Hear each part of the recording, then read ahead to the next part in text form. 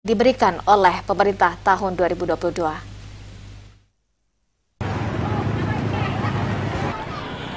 Inilah pemandangan ratusan warga dari berbagai desa di 3 kecamatan dalam Kabupaten Aceh Jaya yang mengantri mengambil bantuan pangan non-tunai atau BPNT yang bertempat di kantor pos Tenom. Antrian tersebut telah terjadi sejak pagi tadi, bahkan antrian para warga menjular keluar ke pekarangan kantor pos. Akibatnya banyak warga yang mengabaikan protokol kesehatan, seperti tidak menjaga jarak, tidak memakai masker, dan berkerumunan. Bahkan saat pengambilan bansos, para petugas pos sempat kewalahan karena banyaknya warga yang berusaha masuk ke dalam untuk mendapatkan bantuan BPNT.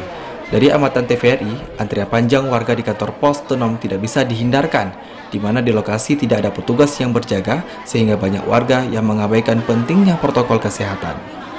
Menurut pengakuan sejumlah warga, antrian tersebut lantaran adanya kekhawatiran terkait dana BPNT yang disalurkan oleh pemerintah tidak bisa didapatkan. Dan itu didasari dari informasi yang warga dapatkan bahwa masa pengambilan bantuan BPNT telah berakhir pada akhir Februari yang lalu. Sehingga banyak warga yang hari ini mendatangi untuk mengambil dana tersebut sebesar Rp600.000. Dari Aceh Jaya, Musliadi, TVRI melaporkan. Pelaku UMKM penjualan